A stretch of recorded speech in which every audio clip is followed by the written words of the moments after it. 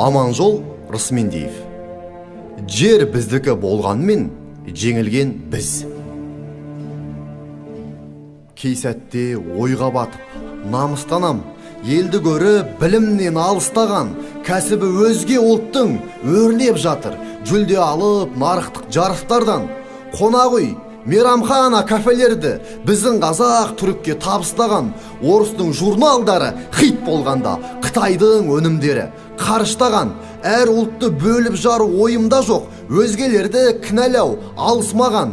Десе де қазағыма қынжыламын, нарықтық бәсекеден қалыс қалған.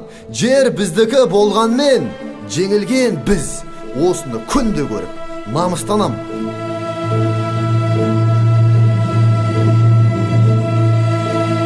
Өзбекті пысық дейміз, түрікті бай, сылтау етіп істейміз тірлікті жай. Жаңа білім іздеуге талпынбастан білеміз деп айтамыз, біліп тұрмай. Әр істі меңгеруге болады ғой, білім қусаң білем деп бүлік қылмай. Алла берген ой-өріс әркімде бар, дамыт алсаң талантың тұнып тұр ғой. Нарыққа сай дамыйық, есті жиып, санамызда кедергі құлып тұр ғой. Бәрі өзі оңалар деп білетін, қазағым орындалмас, үмітті жой.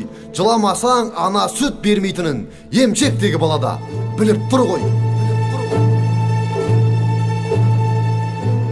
Өмірдің өзгереді кезеңдері, бұлақ көл боп тартылар өзендері.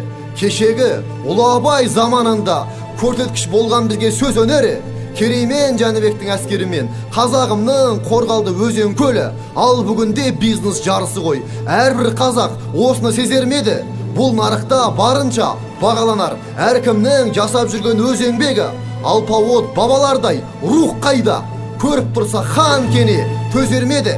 Әлде бұл Абылайдың түсіндегі қазақтар жәндік болар кезеңбеді. Кәсібі мықты болса, сол ел мықты, заманның талабы осы кезеңдегі.